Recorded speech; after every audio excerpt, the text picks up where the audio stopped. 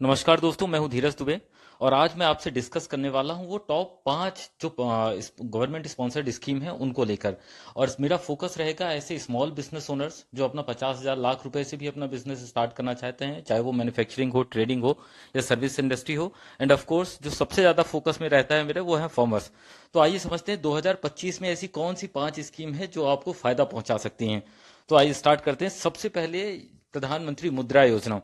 अच्छा, एक बात आप लोगों ने सुनी भी है, सोची भी है कि अगर लोन लेने जाया जाए, बैंक हम लोन लेने जाते हैं तो बैंकर सबसे पहले हमसे पूछता है कि आप लोन के बदले में कोलेट्रल क्या देने वाले हो, या हमें जमानत या गारंटी क्या देने वाले हो। सरकार ने भी इस चीज को समझा कि कहीं ना कहीं बिजनेस ओनर इस चीज को लेकर प्रॉब्लम में रहते हैं। इसी प्रॉब्लम को दूर करने के लिए उन्होंने प्रधानमंत्री मुद्रा योजना लॉन्च करी। अब इसको 3 कैटेगरी में बांट दिया: शिशु किशोर तरुण। 50,000 तक शिशु किशोर के लिए, 50,000 से 5 लाख, और तरुण के लिए 5 लाख से 10 लाख। पर नॉर्मली 10 लाख रुपए तक का लोन आपको, अगर आप मैन्युफैक्चरिंग में हो, ट्रेडिंग में हो या सर्विस में हो, जैसी भी एक्टिविटी पे हो आप, आपको बिना किसी कोलेट्रल के मिल सकता है। और कोई भी बैंकर आपको फोर्स नहीं कर सकता।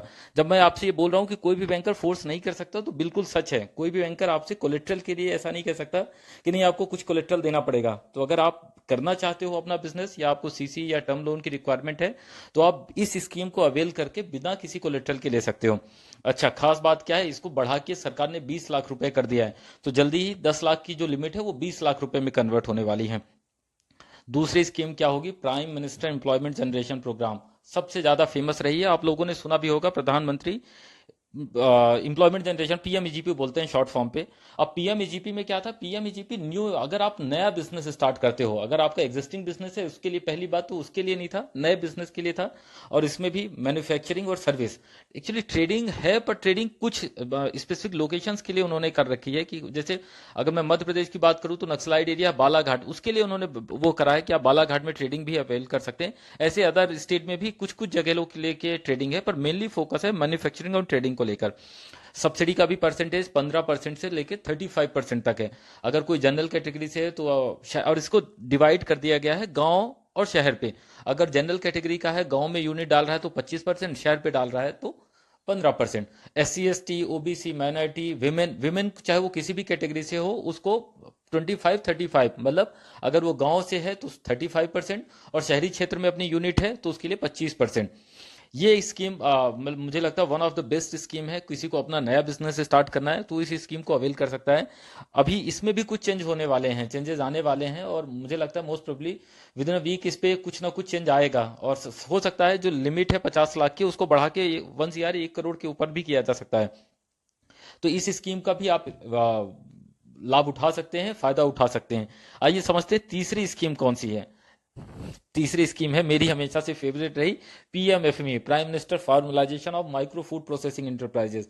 क्या है खास है? अगर कोई भी फूड प्रोसेसिंग में अपना बिजनेस करना चाहता है, चाहे वो आटा बनाना हो, मसाला बनाना हो, गुड़ बनाना हो, शक्कर बनाना हो, अचार बनाना हो, पापड़ बनाना हो, दाल बनाना हो, कुछ भी। अच्छा, खास बात क्या है, अगर कोई मतलब छोटे स्केल में भी करना चाहे, लाख रुपए से स्टार्ट करना चाहे, महिलाएं अपने घर से स्टार्ट करना चाहें तो घर से भी स्टार्ट कर सकते हो। लार्ज स्केल पे चाहो तो आप इसे लार्ज स्केल पे भी कर सकते हो।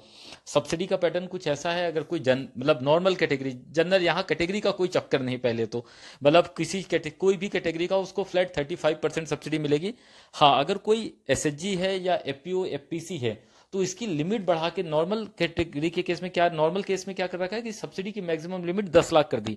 पर FPO SHG और FPC के केस में सब्सिडी की लिमिट है 3 करोड़ रुपए। बिल्कुल, अगर कोई FPO करता है तो 10 करोड़ रुपए तक की अपनी यूनिट डाल सकता है, और उसको मैक्सिमम 3 करोड़ तक की सब्सिडी मिल सकती है। 2 करोड़ का अगर कोई एपीओ अपना यूनिट डालता है तो 35%, 70 लाख, 70 लाख रुपए की उसकी सब्सिडी मिल जाएगी। इंडिविजुअल के केस में जरूर 10 लाख रुपए की कैपिंग है, 10 लाख रुपए से ज्यादा सब्सिडी नहीं मिलने वाली। फूड प्रोसेसिंग में काम करने वालों के लिए बेस्ट स्कीम PMFME। आइए समझते हैं चौथी स्कीम, डेयरी पे काम करना, और डेयरी पे लार्ज स्केल की डेयरी पे काम करना। एक्चुअली पर्टिकुलर अगर इसको डेयरी ना बोला जाए ना तो ज्यादा बेहतर होगा। ये है ब्रीड मल्टीप्लिकेशन फॉर्म। डेयरी तो इसका बाई प्रोडक्ट निकल कर आएगा। तो अगर किसी को बड़ा ही डेयरी या ब्रीड मल्टीप्लिकेशन फॉर्म ओपन करना है तो राष्ट्रीय गोकुल मिशन फिर से स्टार्ट कर दी गई है। कितनी क्या सब्सिडी है? 4 करोड़ का प्रोजेक्ट बनता है और इसमें 2 करोड़ रुपए सब्सिडी मिलती है। 200 जानवर को पालने के लिए आपको इंफ्रास्ट्रक्चर, ब्रीड मल्टीप्लिकेशन करने के लिए IVF, sex sorted cement technology use की जाती है। बहुत कुछ है इसमें जानने के लिए। इसके लिए मैंने डिटेल वीडियो भी बनाकर रखा है। पर्टिकुलर किसी को डेयरी इंडस्ट्री पे काम करना है, मैं जब डेयरी इंडस्ट्री की बात करता हूँ तो मैं लार्ज स्केल की बात कर रहा हूँ, तो ये बेस्ट स्कीम है। इसको लास्ट ईयर गवर्नमेंट ने डिसकंटिन्यू कर दिया था, पर शायद आप लोगों को किसी को करना था, इसलिए ये फिर से इसको गवर्नमेंट ने फिर से चालू कर दिया, तो आप इसका भी स्कीम को अवेल कर सकते हो, आप इसका भी लाभ उठा सकते हो। पांचवी स्कीम इस खास किसानों के लिए, national horticulture board. National horticulture board ना सीड से लेकर और फूड प्रोसेसिंग तक के लिए सब्सिडी प्रोवाइड करता है, ओपन कल्टीवेशन से लेके प्रोटेक्टेड कल्टीवेशन। अच्छा, ओपन और प्रोटेक्टेड कल्टीवेशन के बारे में आपने सुना है क्या? ओपन कल्टीवेशन जैसे हम खुले में खेती करते हैं, हमने फलदार वृक्ष लगा दिए, पौधे लगा दिए। अगर 5 एकड़ से ज्यादा जमीन है, एनएचबी में केस जाने के लिए एक लिमिट रखी है कि 5 एकड़ की जमीन होनी चाहिए उसके पास, 2 हेक्टेयर। 5 एकड़ से ज्यादा जमीन है तो आप ओपन कल्टीवेशन के लिए आप इस स्कीम को अवेल कर सकते हो, और जो भी प्रोजेक्ट की कॉस्ट आती है, चाहे नींबू लगा रहे हो, आम लगा रहे हो, किसी तरीके का फलदार वृक्ष लगा रहे हो, उसमें फ्लैट 40% सब्सिडी मिलती है। उसके बनाने से लेके, बाउंड्री वॉल से लेके, इंफ्रास्ट्रक्चर या इरिगेशन, ड्रिप इरिगेशन, जो भी जितना बोरवेल, सारा का सारा पैसा इसमें इंक्लूड होता है प्रोजेक्ट कॉस्ट में, उस प्रोजेक्ट कॉस्ट का 40% सब्सिडी मिलती है। ऐसे ही प्रोटेक्टेड कल्टीवेशन क्या कहलाता है? जैसे अपन नेट हाउस बनाते हैं, शेड हाउस बनाते हैं, पॉली हाउस बनाते हैं, पॉली हाउस से नेट हाउस, शेड हाउस, इस पे जो सब्सिडी है वो है कितनी? 50% है। अगर आप अपना पॉली हाउस बनाते हो, नेट हाउस, शेड हाउस बनाते हो, तो आपको जो भी कॉस्ट होती है गवर्नमेंट की गाइडलाइन के अकॉर्डिंग, जो भी कॉस्ट है, एडमिसिबल कॉस्ट है, उसकी 50% आपको सब्सिडी के फॉर्म में मिल जाता है। उसके अलावा भी एनएसपी में सारी चीजों के लिए एमआईडीएच स्कीम है, जिसमें आप अगर आप अपना कोल्ड स्टोरेज बनाते हो या राइपनिंग चैम्बर बनाते हो, कोल्ड स्टोरेज राइपनिंग चैम्बर के केस में 35% सब्सिडी है।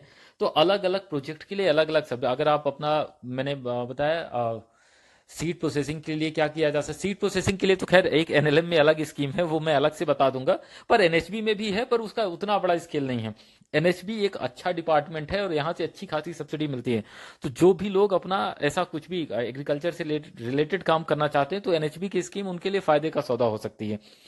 तो ये कुछ स्कीम मैंने आपसे 5 स्कीम डिस्कस करी: पीएमएमवाई, प्रधानमंत्री मुद्रा योजना, ईजीपी, एफएमई, राष्ट्रीय गोकुल मिशन और एनएचबी। तो अगर आप अपना बिजनेस स्टार्ट करना चाहते हो, जिस भी फील्ड में अपना करना चाहो, मैन्युफैक्चरिंग में करना चाहो, ट्रेडिंग करना चाहो, सर्विस इंडस्ट्री पे चाहो, और या कि खेती करना चाहो, ये सबके लिए बेनिफिशियल है। तो इन स्कीम को जो भी फायदे हैं उनको अवेल करो और अपना बिजनेस स्टार्ट करो।